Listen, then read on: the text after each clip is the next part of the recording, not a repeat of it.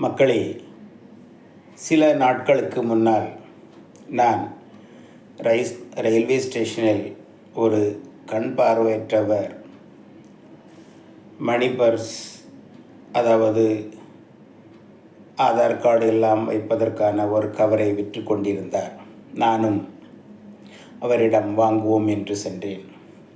அப்பொழுது எனக்கு முன்னால் ஒரு 50 வயது தக்க ஒரு மனிதர் அவரிடம் மணி பர்ஸ் வாங்கியிருக்கின்றார்.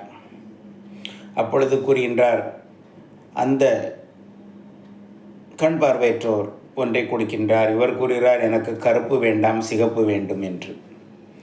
அப்பொழுது அவர் கூறினார், ஐயா, எனக்கோ கண்ணு தெரியாது, நீங்கள் எப்படி இருப்பீர்கள் என்று தெரியாது, கருப்பு சிகப்பு நிறம் என்றால் என்னவென்று தெரியாது, ட்ரெயின் என்றால் என்னவென்று தெரியாது, எனக்கு எதுவுமே தெரியாது, உங்களுக்கு தான் கண் தெரியுது ஐயா, எதையாவது என்னிடம் இருப்பதில் எது வேண்டுமோ அதை நீங்கள் எடுத்துக்கொள்ளுங்கள் என்று கூறினார்.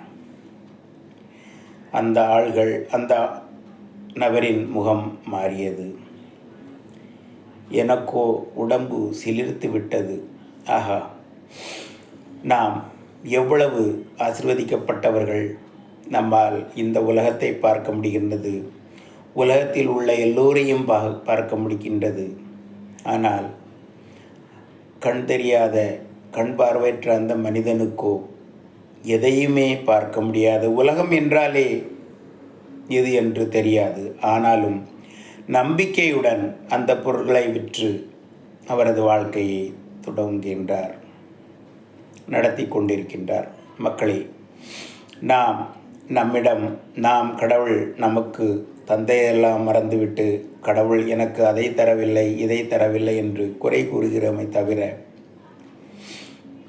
நம்மிடம் இருப்பதை வைத்து தன்னம்பிக்கையுடன் நாம் சில சமயங்களில் அல்லது பல சமயங்களில் முன்னேற முயற்சி செய்யாமல் இருக்கின்றோம். அது தவறு.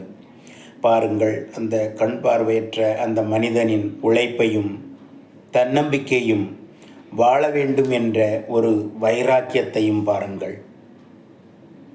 உலகமே என்னவென்று தெரியாமலும் ஆனால் வாழ வேண்டும் இந்த உலகத்தில் என்ற எண்ணத்திலும் வாழ்கின்றார். நாமோ இருப்பதையெல்லாம் மறந்துவிட்டு இல்லாததை நோக்கி ஓடிக்கொண்டே இருக்கின்றோம். கடவுள் உங்களை, என்னை நிறைவாக ஆசீர்வதித்திருக்கின்றார். அவருக்கு நன்றி கூறுவோம், நம்பிக்கையுடன் வாழ்வோம்.